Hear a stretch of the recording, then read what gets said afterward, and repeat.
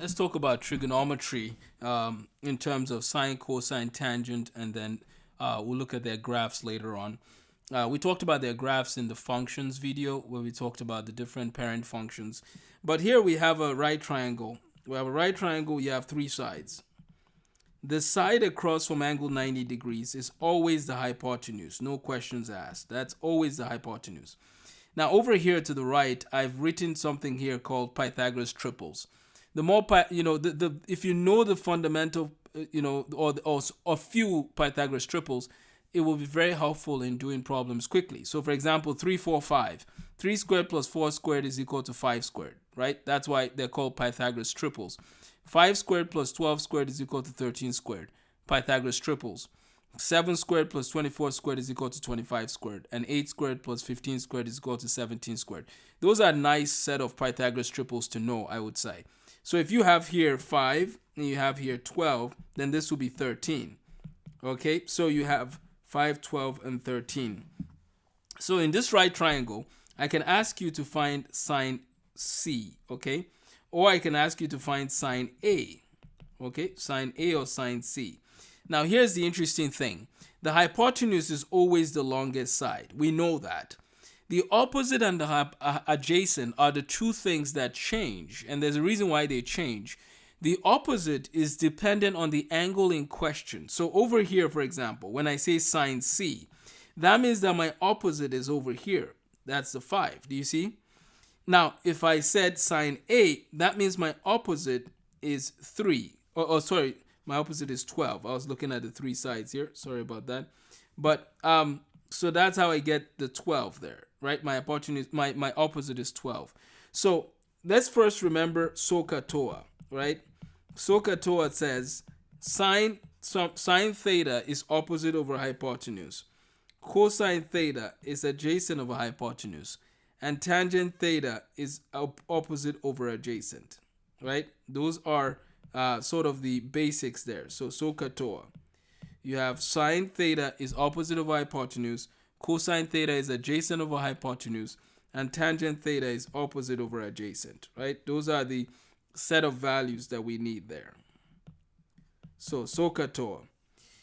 Now, if you're looking at sine C, that means opposite over hypotenuse. So that would be, in this case, sine C would be 5 over the hypotenuse, which is 13. Sine A would be 12 over 13 because the opposite will be 12. So notice the opposite changes depending on what the angle in question. What is the angle in question? Do you see? That C goes with that 5, that A goes with that 12. So let's move on and look at the cosine and the tangent. So you have 5, 12, 13. So sine, we did sine. Let's just do sine. Let's call this A, B, and C. Sine C is 5 over 13. Cosine would be adjacent over hypotenuse, right? If I say cosine C. So if this is my opposite, that means my adjacent is 12. So that's 12 over 13. So you label, again, that's your hypotenuse. This is your opposite based on the angle in question.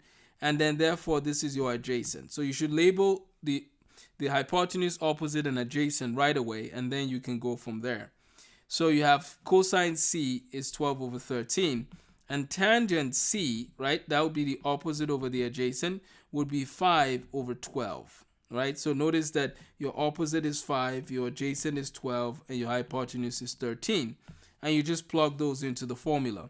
SOHCAHTOA, that's how you come up with the derivation for the three relationships here, right? There's three relationships between the sides in a certain orientation. Now, so that was sine, cosine, and tangent. Now, the opposite of each of these also exists, right? Sine was opposite of hypotenuse, cosine was adjacent over hypotenuse, and tangent was opposite over adjacent. What happens when I switch it around? Hypotenuse over opposite, hypotenuse over adjacent, adjacent over opposite. So now we have names that we need to keep in mind, right? We have new names to keep in mind. So we have the hypotenuse over the opposite. That will be called the cosecant. Then the secant, and then the cotangent. Okay, so that would be the opposite of what you've, or the reciprocal of what you've done so far. So using the same set of numbers, the cosecant, or CSC, is 13 over 5. The secant is 13 over 12, and the cotangent is 12 over 5. So you see how it's just the reciprocal. Those are the other relationships. So basically, you have sine, cosine, tangent, cosecant, secant, and cotangent. Now, be careful with, notice that the cosine goes with secant. It doesn't go with cosecant. It goes with secant. So the sine goes with cosecant, the cosine goes with secant, and the tangent goes with cotangent. So that's the first part of what we need to discuss. Now, as far as finding the side lengths, if you know two of them, you could use Pythagoras theorem, right?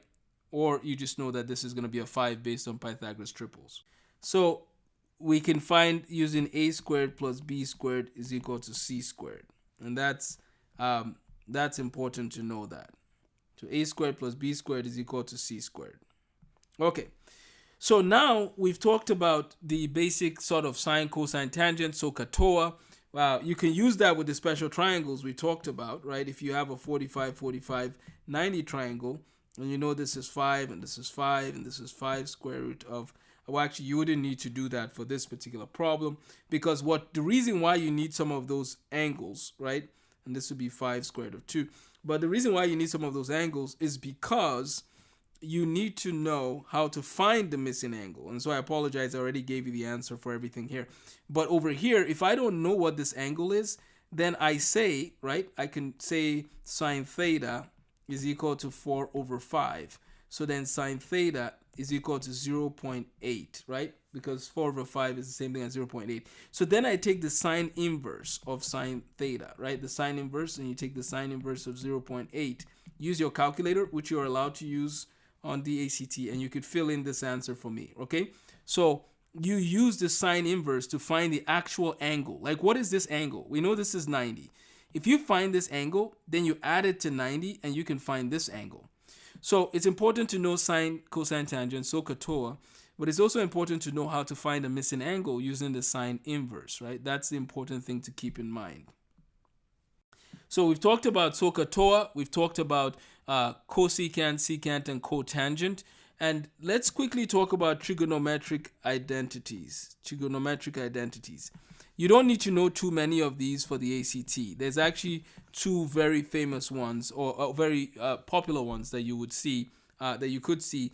But there are other trig identities, and I have a PDF I can email you if you're interested in seeing them. Trig identities are just wonderful. It's a way of showing, it's almost like a way of proving things using trigonometric relationships. Great stuff. So please keep that in perspective. So there's one called the Pythagorean identity. So you have cosine squared theta plus sine squared theta is equal to 1. That's the first one you need to know. And then the other one, of course, is that tangent theta is actually equal to sine theta over cosine theta. Let's look at an example of using the Pythagorean identity.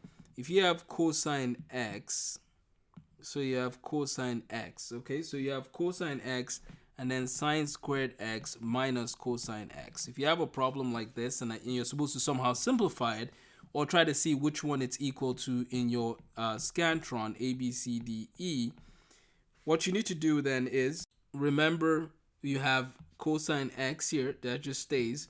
But you look at sine squared x and you ask yourself, does this look like something here? Well, we know that sine squared theta or sine squared x, same thing, 1 minus cosine squared x, right? Again, the letter they used was x. Theta is just a letter in the Greek alphabet. We can use that as well. So then this becomes cosine x into 1 minus cosine squared x. Do you see what happened there? We changed sine squared x into that. And then that was minus, and then you could say cosine x. Now, we can factor out a cosine x. Then we're left with 1 minus cosine squared x, right, as a whole, minus 1. Now, this problem is very interesting because this part over here, by the way, you can use the difference of two squares because 1 is 1 squared technically, and cosine squared x, of course, is what it is. It's a square. So that becomes cosine x into 1 plus cosine x, and 1 minus cosine x, and then minus 1, right? So you've kind of changed the problem from here to there, but we use this trig identity over here. If you don't remember the trig identities, or if you haven't learned it, then I recommend that you watch a full video on trigonometric identities, just the Pythagorean identity especially. But the idea again is this: it's like you're dealing with proofs again on a different level. Email me if you want more practice for trig identities. Keep in mind that there are only about 4 problems as a whole from trigonometry on the ACT math section, and so don't expect to see more than 1 or 2 problems on this concept. So if this is one that you need to skip and come back to finish up in your math ACT exam, that's fine. This is assuming you'll have your exam like tomorrow. But if you have time to study, then I would recommend that you email me and I can send you more notes on this topic and this specific concept. But this is just to get you aware with, give you what you need to be aware of the concept here in question. So we talked about, again, tan theta is sine theta over cosine theta, and cotangent theta would be cosine theta over sine theta. That's something to keep in mind as well. So we've talked about trig identities. We've talked about SOHCAHTOA. Let's look at the graphs, right? There's 2 important graphs, sine and cosine, especially for the ACT. Now, it's good to know the other ones, but the sine graph goes up and down and there. Starts at 0. Right? And I'm going to draw the cosine graph right on the same graph, by the way. It's going to go down. Actually, give me 1 second here. We're going to go from the amplitude of 1 here. We're going to go down and up and there. Okay? I have to try and match these graphs. This is pi, and this is 2 pi. This is pi over 2, and this is 3 pi over 2. So notice that the period for both sine theta, the graph of sine, and cosine is 2 pi. It takes 2 pi for it to go up and down and back to the beginning. And actually the amplitude here is a default. This is y is equal to cosine x. And this is y is equal to sine x. Apologize. This is where, again, the amplitude is 1, right? The amplitude is 1 because that's the number in front. If you think about the default way of writing these graphs, that would be, the amplitude would be 1 in front of that. And so if you want to find the period, actually this is the default graph, the default information, a sine into b and then x minus h, right? This is like the default, and then plus k. So you can also move a sine graph up and down with the k. You can move it left and right. You can change the period. And how do we calculate the period? It's 2 pi over b. That's the period. So these videos are shorter, just giving you an idea and a reminder of some of the concepts, but we can dive deeper if you need us to. So yeah, that's one way to look at this. You can find the period using 2 pi over b. You can change the graph. You can move it up and down, just like you transform other functions. So we have the sine, cosine graph. Those are the main ones you should pay attention to for the ACT. And then as far as the last piece here, again, if you have not taken trigonometry, so we have trigonometric identities and trigonometric equations. Trigonometric equations. So the equations are very similar to how you've learned to solve equations essentially for the most part. So solving trigonometric equations is very similar to solving any equation. You want to isolate the variable and solve. And when you're solving for an angle, you would have to isolate the entire trigonometric function. So let's look at a quick example of trigonometric equations. So keep in mind, again, you might have only 4 questions. We've talked about SOHCAHTOA. We've talked about the graphs. We've talked about the basic Pythagorean identity. And we can look at 2 other things, I would say. I'll show you an equation, and then I'll talk about the law of sines and the law of cosines. That's where we'll end our discussion with trigonometry.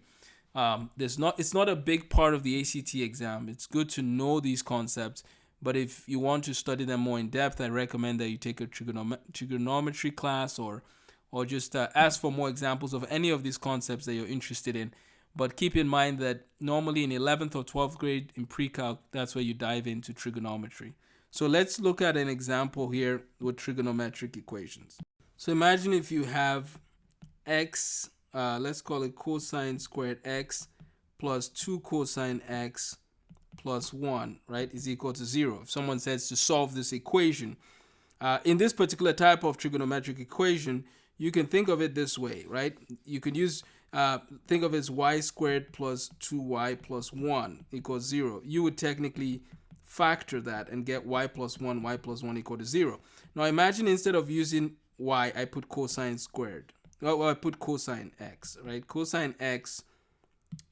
So I'm going to put cosine x plus 1, and then cosine x plus 1 is equal to 0. So then you basically have cosine x plus 1 is equal to 0, and then you subtract 1 from both sides, so you get cosine x is equal to -1, right? And then you take the cosine inverse of that.